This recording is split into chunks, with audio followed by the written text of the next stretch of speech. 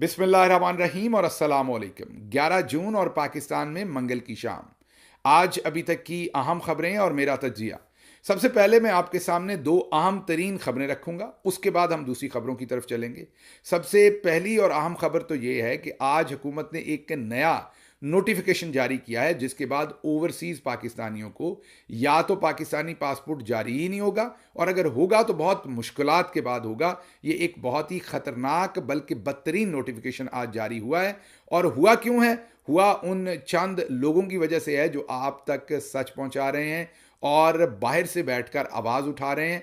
उनको कंट्रोल करने के लिए हुकूमत ने यह नोटिफिकेशन जारी किया है, और उसकी सजा अब सारे ओवरसीज पाकिस्तानियों को भी साथ दी जाएगी। आज दूसरी खबर जो है वो आज इसी सिलसिले में है। मैं दोनों खबरें आपको बताऊंगा कि ये नोटिफिकेशन क्या है, इसके आप पर क्या असरात होंगे। दूसरी खबर जो है वो इमरान खान साहब की मीडिया टॉक है, उस पर बात करते हैं, और उसके बाद फिर जो और खबरें आज के वीलॉग में उन पर चलेंगे। इमरान खान साहब ने आज मीडिया टॉक की है, जिसमें उन्होंने इन्हीं लोगों के बारे में बात की है जो मुल्क से बाहर बैठकर सच बोलने की कोशिश कर रहे हैं और उन पर ज़मीन तंग की जा रही है। उन्होंने कहा कि जो मौजूदा रजीम है उनका एक ऑब्जेक्टिव है कि कौम तक किसी तरह से सच ना पहुंचे। सच को दबाने के लिए उन्होंने वो तमाम हरबे इस्तेमाल किए हैं जो दुनिया में पहले शायद ही देखे गए हों। अरशद शरीफ जैसे सहाफ़ी को शहीद कर दिया गया, उसके बाद दूसरे सहाफ़ियों के साथ क्या किया गया वो आप सबके सामने है।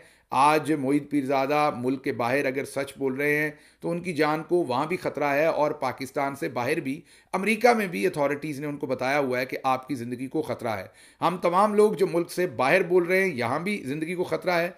पीछे जो घर वाले हैं, आपको जैसे कि पता है कि मेरे भाई को अगवा किया गया है सिर्फ मुझे खामोश करवाने के लिए, तो ये सब कुछ आपके सामने है जो चल रहा है। आज इमरान खान ने उसी पर बात की है कि किस तरीके से लोगों को पहले तो मुल्क की ज़मीन उनके लिए तंग कर दी गई, उनको मुल्क बदर किया गया, वो बाहर रह रहे हैं तो बाहर भी उनके ऊपर हमले जारी हैं, उनकी ज़िंदगी को बाहर भी तंग किया हुआ है। और मकसद सिर्फ एक है कि किसी भी तरह से सहाफ़ी जो है या कोई भी जो शख्स सच बोलता है, आपको बताता है असल खबर क्या है, असल हकीकत क्या है, वो आप तक ना पहुंचे। और वो हर तरह की खबर है, वो मईशत से लेके जो पाकिस्तान के अंदर इंसानी हकूक़ की खिलाफ वर्जियों से लेके, इलेक्शन चोरी करने से लेके, डिफरेंट कवानीन से लेके, मुराद से लेके, रिश्तेदारों को डिफरेंट जगहों के ऊपर एडजस्ट करने से लेके, वो तमाम चीज़ें हैं जो छुपाना चाहती है मौजूदा रजीम, और उसका टारगेट अब ये तमाम जर्नलिस्ट हैं। ये इमरान खान ने आज सहाफ़ियों को बड़े वाज़े अंदाज में बताया, और ये बताया कि कैसे उनकी हुकूमत ने इस सारे काम से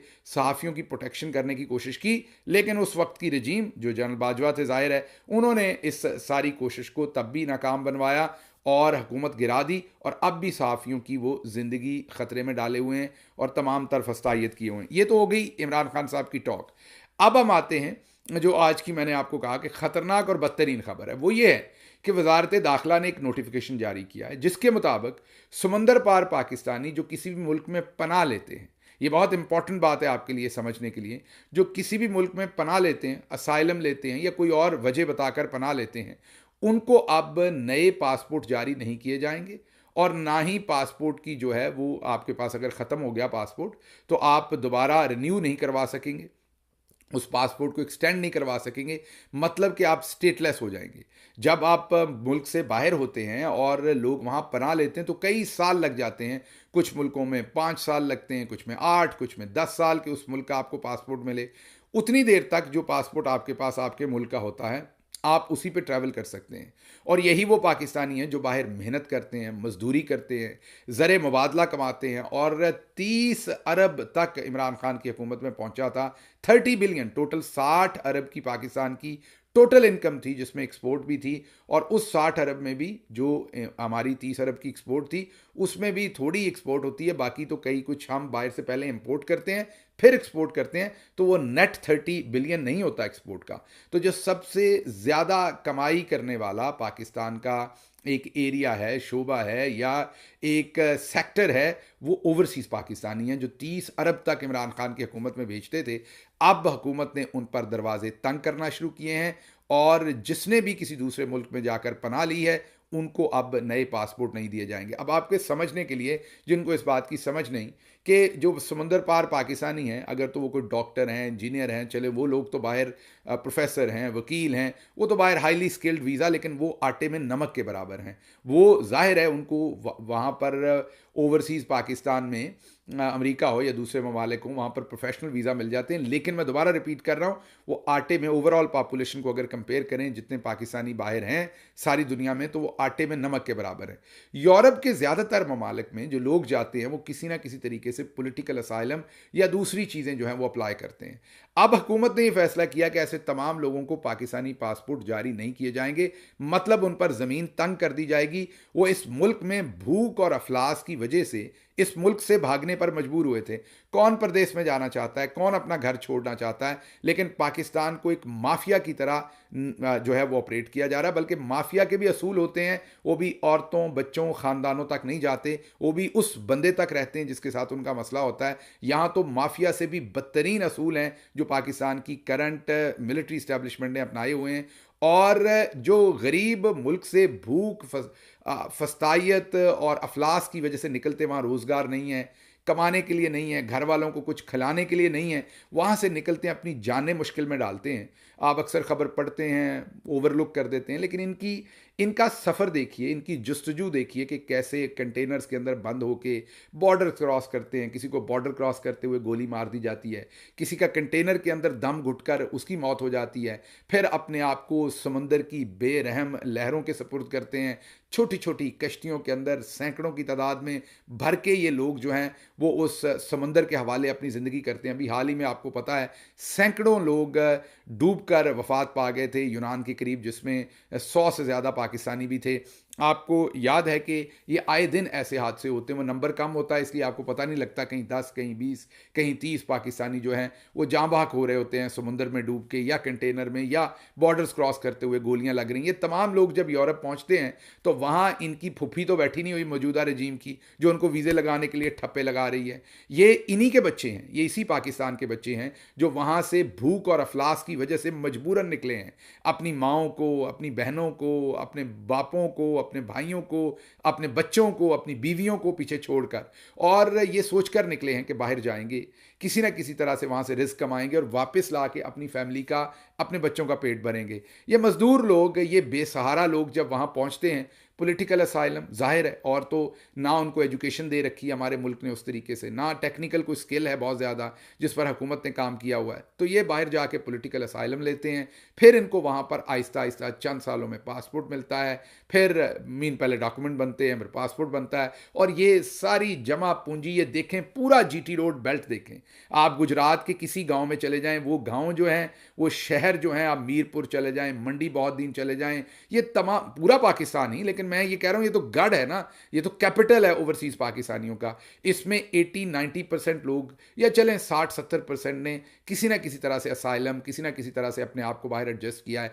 आप इन तमाम लोगों के पेट पर टांग मार रहे हैं, आप इन तमाम लोगों का इस्तेहसाल कर रहे हैं सिर्फ हम चंद लोगों की वजह से, सिर्फ हम लोगों की ज़ुबान बंद करने के लिए, कि आपको लगता है कि इनके बाहर पासपोर्ट बंद कर देते हैं ताकि ये बाहर क्योंकि ज़्यादातर लोगों ने असाइलम ले रखे हैं, और जिन्होंने असाइलम लिए हैं या किसी भी तरह से पनाह ली है, उनको आप पासपोर्ट जारी नहीं कर रहे हैं। हमारे तो वैसे हैरानी की बात है, हम चंद लोग थे, हमारे नाम लेके पासपोर्ट कैंसिल, मेरा तो जैसे आप कर चुके हुए हैं, तो नाम लेके आप पासपोर्ट्स और शनाख्ती कार्ड जो है वो कैंसिल कर दें, स्पेसिफिक आप कर दें हमारे लिए नोटिफिकेशन, जितने भी लोगों से आपको मसला है, 5 हैं, 10 हैं, 20 हैं, इतने हैं तो नहीं लेकिन 4-5 लोग ही हैं, तो आप स्पेसिफिक नाम लिख के नोटिफिकेशन कर दें। पूरे ओवरसीज़ पाकिस्तानियों को ये तकलीफ़ देते हुए आपको शर्म नहीं आ रही? बहरहाल ये नया नोटिफिकेशन हुआ है। आप सोचिए कि खुद इनकी जायदादें बाहर, इनके बच्चे बाहर, ये सिर्फ पाकिस्तान में बदमाशी करने आते हैं। हमारी ये जो करंट रजीम बैठी है या मिलिट्री इस्टेब्लिशमेंट, उनके भी सारे बच्चे बाहर पढ़ते हैं, जो ऊपर बैठे हुए लोग हैं, उन्होंने भी रिटायरमेंट के फ़ौरन बाद मुल्क से बाहर चले जाना है, खुद बाहर रहना है, जायदाद बाहर बनानी है, बाजवा साहब के बच्चे बाहर, उनकी जायदाद बाहर, सब कुछ बाहर है। और जो पेट काट कर समुंदर की लहरों से होता हुआ मौत को गले लगाकर जो वहां पहुंचता है किसी ना किसी तरह से, और वहां से सब कुछ कमा के वापस पाकिस्तान लाता है, उस पर इन बेशर्मों ने आज ज़मीन तंग की है। ये आज की टॉप स्टोरी थी जो आपके सामने रखनी है। अच्छा, अगली खबर, इलेक्शन ट्रिब्यूनल ने जो बेशर्मी की है, आपको पता है इलेक्शन कमीशन ने, कि जो इलेक्शन ट्रिब्यूनल में केस चल रहा था, उसकी तफसील में नहीं जाऊंगा, आपको पता है, उसका उन्होंने जज अच्छा नहीं लगा, और केस जो है वो सच पे फैसला हो रहा था। उन्होंने कहा कि आपने सुना होगा पहले लोग वकील करते थे, फिर लोग जज ही कर लेते थे, या आपने सुना होगा पहले कि नून लीग वाले या मौजूदा रजीम, अब हालात यहां चले गए कि चौधरी निजामुद्दीन ने कहा ना वकील करना है ना जज करना है, अदालत ही अपनी लगा लेनी है। चोरी भी खुद करनी है, वकालत भी उस पर खुद करनी है, एडमिनिस्ट्रेट भी उसे खुद करना है, उसकी अदालत भी अपनी होनी है। अदालत में बैठा बंदा भी अपना रिटायर्ड जज जो पहले से किसी करप्शन में जिससे इस्तीफा लिया हुआ है उसको बिठाना है, मर्जी का फैसला कराना। तो ये सब कुछ करने का फिर काम क्या है? बहरहाल आज इस्लामाबाद हाई कोर्ट के सामने ये केस आया।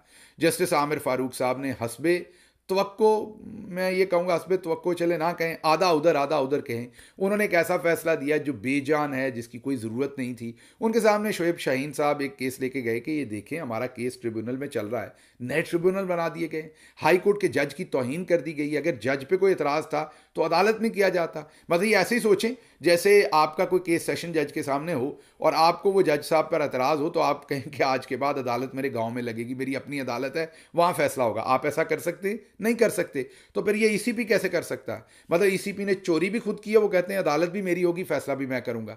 तो आज जस्टिस आमिर फारूक ने रिमार्क्स तो बहुत गर्म दिए, लेकिन काम फिर वही किया जो चौधरी निजामुद्दीन चाहते थे।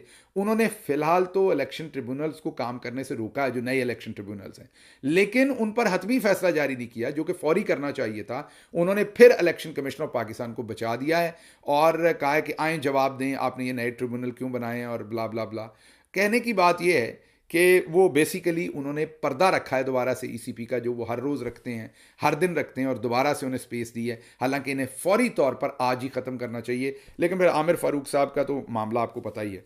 अच्छा जी, अगली खबर आपको देनी है और वो है कि बिशाम में चीनी इंजीनियर्स पर जानलेवा हमला किया गया था। आपको पता है, कत्लो गारत की गई थी और पाकिस्तान की पूरी दुनिया में जगहसाई हुई थी। आज उसके बारे में ख्वाजा आसिफ ने बहुत ही मानी खेज गुफ्तगू की है। जी हाँ, यहाँ आपने इस बात को सबसे पहले फोकस करना है कि ख्वाजा आसिफ आपके डिफेंस मिनिस्टर हैं, वजारत दिफा उनके अंडर है, वजीर दिफा हैं आपके, वो दफ़ा नहीं है, दफ़ा हैं। एक पंजाबी में होता है ना दफ़ा दूर, तो उनको तो वैसे यही लगता है कि वो वजीर दफ़ा हैं, लेकिन वो बैठाया तो उनको चौधरी निज़ामुद्दीन ने वजीर दिफा हैं। रेहाना डार ने उनको हरा दिया था फॉर्म 47 पर, उन्हें जिताकर चौधरी निज़ामुद्दीन अपनी वजारत का उन्होंने उनको मिनिस्टर बनवाया।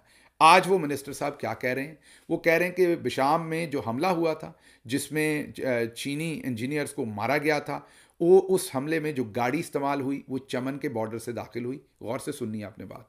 और वो कहते हैं उसमें हज़ारों जो किलोग्राम जो उसमें बारूद था उससे लदी हुई वो गाड़ी जो है वो पाकिस्तान के अंदर फिरती रही और वो चमन की उन तमाम चेक पोस्टों के अंदर से दाखिल हुई।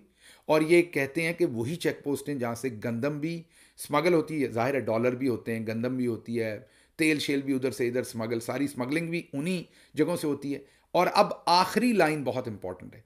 ख्वाजा आसिफ सवाल करते हैं मीडिया में कि ये चेक पोस्टें किसके कंट्रोल में हैं।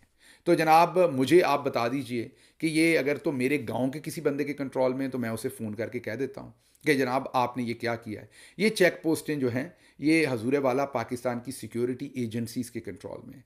इसके ऊपर जो लीडरशिप बैठी है वो पाकिस्तानी मिलिट्री इस्टेब्लिशमेंट की मौजूदा लीडरशिप है, जिन्होंने कंट्रोल करना है इन अहकामात देने और इन जो चेक पोस्टें इनको फुल प्रूफ बनाना है। अब ख्वाजा आसिफ साहब तंज कर रहे हैं मौजूदा मिलिट्री इस्टेब्लिशमेंट के ऊपर, इल्ज़ाम लगा रहे हैं, उन्हें इनकम्पिटेंट कह रहे हैं। ये क्या कह रहे हैं ये मुझे नहीं पता, लेकिन ख्वाजा आसिफ साहब का सवाल है कि जो बारूद से भरी गाड़ी कई दिन तक पाकिस्तान की ज़मीन पर फिरती रही और चमन के बॉर्डर से दाखिल हुई और उसने वो तमाम चेक पोस्टें अबूर की, इन चेक पोस्टों की रखवाली किसके पास है? ये ख्वाजा आसिफ पूछ रहे हैं। जनाब मेरे गाँव के किसी बंदे के पास नहीं है, मेरे पास भी नहीं है, आपको अच्छी तरह से पता है कि इनके पास है, तो आपको सवाल उनसे पूछना चाहिए। ये पाकिस्तान के वज़ीर दिफा बात कर रहे हैं, आप मामला खुद देख लें किस तरफ जा रहे हैं। अच्छा जी, इमरान रियाज खान को आज हज पर जाने की इजाज़त दे दी गई है। मैंने एक हफ़्ता पहले ट्वीट करके आपसे ये शेयर किया था कि उनको इजाज़त दी जाएगी। मुझे पूरी उम्मीद थी उन्हें इजाज़त दी जाएगी। अच्छी खबर है, हम वी विश हिम वेल, उन्हें हज पर जाने की इजाज़त दी। आज इस्लामाबाद हाई कोर्ट के 2 जजेज़ ने साथ हुकूमत की थोड़ी सी इज़्ज़त अफजाई भी की है जो कि बनती थी। बहरहाल उनको आज हज करने की इजाज़त दी गई है। अगली खबर है जी कि पीपल्स पार्टी विकेट के चारों तरफ खेल रही है। जो चीज़ देखें उसमें विकेट के। आज खुर्शीद शाह साहब ने कहा है कि नून लीग ने हमें बजट पेश करने में एतमाद में नहीं लिया। इससे पहले 2 दिन पहले, कल शायद 2 दिन नहीं 1 दिन पहले, नून लीग ने बजट की ब्रीफिंग का इंतज़ाम किया हुआ था पीपल्स पार्टी के लिए 1 या 2 दिन पहले। और इससे पहले खबर आई थी अखबार के अंदर, पाकिस्तानी बड़े अखबार के अंदर, कि मिलिट्री इस्टेब्लिशमेंट के जो बड़े हैं उनको भी, मिलिट्री साइड को भी बजट की ब्रीफिंग दी है हुकूमत ने। तो पहले मिलिट्री को दी, उसके बाद पीपल्स पार्टी को दी, लेकिन आज पीपल्स पार्टी ने नया बयान ठोका है। उन्होंने कहा जी, खुर्शीद शाह साहब ने कहा कि हमें तो बजट का पता नहीं, हमें एतमाद में नहीं लिया गया, हमें अंधेरे में रखा गया। तो जनाब बल्ब लगा दें, इनके ऊपर चानन कर दें, जो पूरा इनको चानन चाहिए, इन्हें क्यों आपने अंधेरे में रखा हुआ है। तो पीपल्स पार्टी कर क्या रही है, आपको वो हत्ते के इज्जत बिल पंजाब का पता होगा, 5 MPs ने वोट दिए, उसके बाद कहा हम तो इस बिल के साथ नहीं हैं, फिर अपने गवर्नर को छुट्टी पे भेज दिया और नून लीग वालों ने साइन करके उसको इम्प्लीमेंट भी कर दिया। इस टाइम वो पंजाब में मरियम रानी साहबा को बचाने के लिए वो बिल जो है वो इम्प्लीमेंट कर दिया गया है, लोगों का गला घोंटने के लिए। लेकिन पीपल्स पार्टी कहती हम इसका हिस्सा नहीं, मीन विकेट के चारों तरफ उन्होंने खेलना है। और अब उन्होंने बयान देने शुरू कर दिए हैं कि यह हुकूमत चंद दिन की मेहमान है। जनाब आप भी इसका हिस्सा हैं, आप और ये हुकूमत वाकई चंद दिन की मेहमान है, ये आज पीपल्स पार्टी मान रही है, बिल्कुल कह रही है, ओपनली कह रही है कि शहबाज शरीफ की हुकूमत जो है वो चंद दिन की मेहमान है। मतलब बजट पास, गंदा काम इनसे करवाना है, उसके बाद कुछ नया ले आना है। चौधरी निज़ामुद्दीन ने नया वज़ीर आज़म, नया सब कुछ। तो ये पीपल्स पार्टी अब ऐलान कर रही, हम तो ये बहुत पहले से कह रहे हैं कि ये सिस्टम नहीं चलना, बहुत जल्द पाकिस्तान में इंशाल्लाह तब्दीली आने वाली है। लेकिन बहरहाल ये चीज़ें आपके सामने हैं। और उसके बाद अगली खबर आपको जो देंगे वो ये है कि अज़हर मशवानी के भाइयों की बाजियाबी का जो केस था वो आज हाई कोर्ट में डिस्कस हुआ। जज साहब ने कोई बात बहुत आगे नहीं बढ़ाई, क्योंकि पुलिस ने आके कहा है कि जो हमारे पास है ही नहीं। पुलिस मुकर जाती है, जैसे अब मैंने भी पिटीशन करवा रखी है अपने भाई के लिए, उसमें भी पुलिस कल, मैं अभी से आपको बता देता हूँ, कल आके पुलिस कहेगी कि जी हमें तो पता ही नहीं, हमने नहीं उठाया। तो दूसरे जो भाई लोग हैं जिन्होंने उठाया हुआ है, उनका तो क्योंकि नामो निशान नहीं, वो तो इनविजिबल है, नामालूम है, उन्होंने नज़र नहीं आना। तो इन हालात के अंदर फिर अज़हर मशवानी भी मुल्क से बाहर हैं, मैं भी मुल्क से बाहर हूँ, फिर कोई केसेस करने की कोशिश की जाएगी मुल्क से बाहर, लोगों के ऊपर केसेस होंगे, तो फिर वो कहेंगे देखें मुल्क के इदारों को ये लोग जो हैं वो बाहर बैठ कर उनको कंट्रोवर्शियल कर रहे हैं, उनको स्कैंडलाइज कर रहे हैं, मुल्क के इदारों पर हमला आवर हो गए, मुल्क की सलामती पर हमला हो गए। लेकिन इस वक्त नहीं सोचना कि जब आप लोगों को दीवार के साथ लगाते हैं तो उनके पास फिर ऑप्शन रह क्या जाते हैं। बहरहाल ये सिचुएशन है जी। आज वो केस भी कुछ खास आगे नहीं बढ़ा, देखते हैं इस केस में क्या डेवलपमेंट होती है, ये भी आपके सामने रखेंगे। मुझे दीजिए फिलहाल इजाज़त, अगले वीलॉग में दोबारा आपसे बात करेंगे। अल्लाह आपका हामी और नासिर हो। पाकिस्तान जिंदाबाद।